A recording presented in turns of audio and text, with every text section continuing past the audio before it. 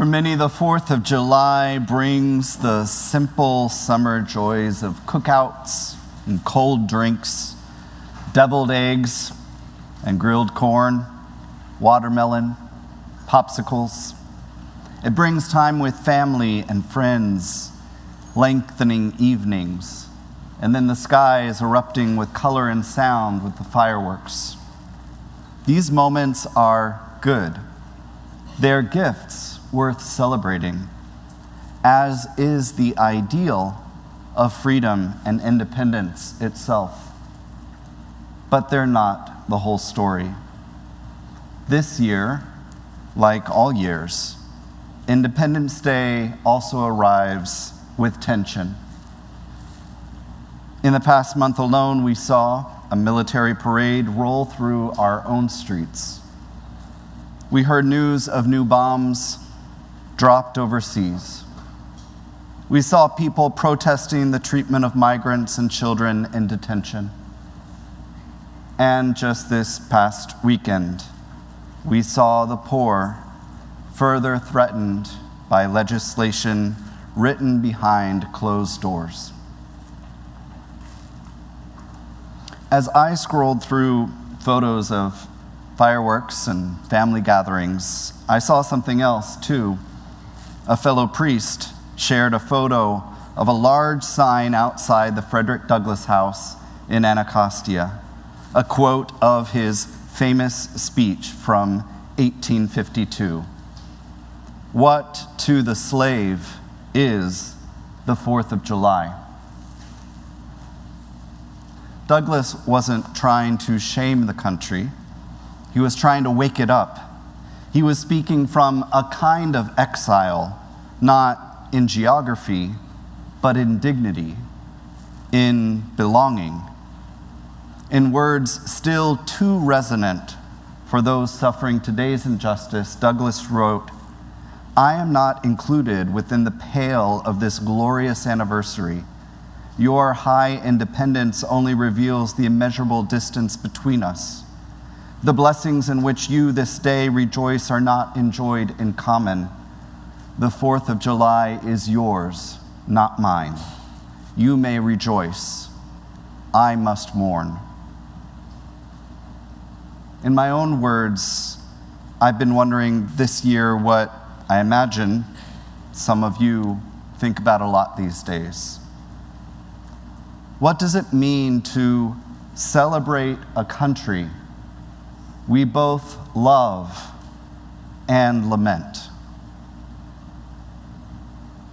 Today, into these questions comes a strange and ancient word from the prophet Jeremiah. He writes to a people far from home, a people who feel lost, betrayed, and disoriented, a people who want to believe that everything's about to get better and soon. But instead of assurance of a quick escape, Jeremiah offers them something else: verbs. He writes what God is telling them to do certain things, to build, to plant, to pray, to stay. And maybe this word Jeremiah gave them is the word we need too. Not for a quick escape, but for a grounded, faith-filled life right where we are. This passage from Jeremiah is a letter to the exiles, those already taken from Jerusalem to Babylon during the first wave of conquest. And you don't need to know all about Israelite history to understand the heart of what's happening here. What matters most is that Jeremiah ministered during Israel's downfall. Their temple is destroyed. Their city is occupied by the enemy. Their leaders have been taken by force to the enemy's capital. And still, false prophets are saying, "Don't worry, this won't last. God is going to bring you back soon." It's a message that the people really want to believe. But Jeremiah writes to correct them, not to shame, but to reframe, not to scold, but to give them something to hold on to. And we read what he says: build houses and live in them. Plant gardens and eat what they produce. Take spouses, have children, multiply. Seek the welfare, the shalom, of the city where I have sent you. Pray for it, for in its well-being you will find your own.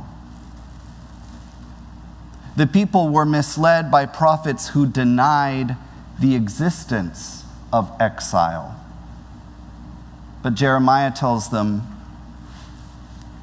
this is where you are.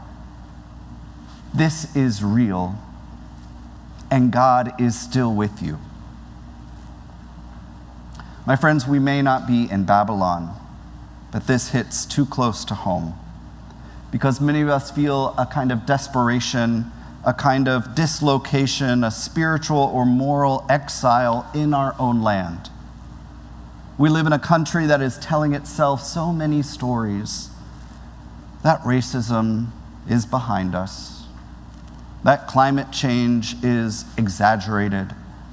That trans people can be legislated away. That poverty is a personal failure. That only the working deserve care. These are not just misunderstandings. They're the stories that people believe when truth feels too costly. Because if the problems are already solved, then we don't have to change. If the exile isn't real, then we don't have to learn how to live in it. Tanks rolled down Constitution Avenue, not as a sign of peace, but of control. Bombs fell in Iran while burgers sizzled on backyard grills. Tax breaks have been passed for the rich while the poor are being told to work harder for health care. Migrants in detention centers cry out again, and we ask ourselves, what have we become? We're told, don't worry, this is temporary. This too will pass. It seems to me that despair is dangerous, but denial is so much worse. Still today, the false prophets preach escape. The grace in this passage is not what we might expect, because there's no dramatic rescue, there's no divine overthrow of empire, no angel army sweeping in to carry the exiles home. Instead, the grace sounds like this: build houses and live in them. Plant gardens and eat what they produce. Seek the welfare of the city where I have sent you. Pray for it, for in its welfare you will find your own. This is not a call to accept Babylon's values. This is not a blessing of empire. It's something far more subversive. A call to invest in the well-being of the very place we never wanted to be. To seek the shalom, the peace, the justice, the wholeness of the city that conquered them. And this is where the shift happens. Because God doesn't ask them to pretend that Babylon is home, but God does ask them to live like people who carry the memory of a better home and the promise of one still to come. As Dr. Will Gaffney writes, this hard word comes with the assurance that God hears prayers and has plans for them, for they are good and will one day reverse their captivity. That is the grace, that even in exile, the Israelites are not useless. They are not forgotten. They are still called. They still have a part to play in God's unfolding story. And so do we. We're not exiles in the same way, but we know what it is to live in a country we both love and lament. We know what it is to feel disoriented in a nation whose promises don't match our daily realities. And into this moment, this Babylon of our own, comes the same invitation. Seek the welfare of the place where you are. Pray for it. Build where things have been broken. Plant where the soil feels dry. Care for the people even when the politics feel impossible. Because the call hasn't changed. We are not here to wait out the storm. We're not here to curse the ground. We're here to invest in the well-being of the people around us, even when the systems fail them, to do justice, to love mercy, to walk humbly, to pray boldly. And we do this not because we're naive, but because we are not alone.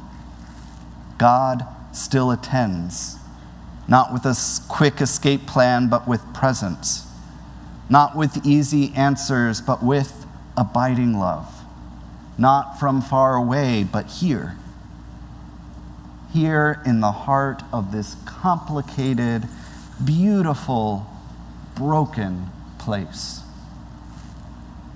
So we live, we build, we plant, we seek the good, and we trust that God is still seeking us.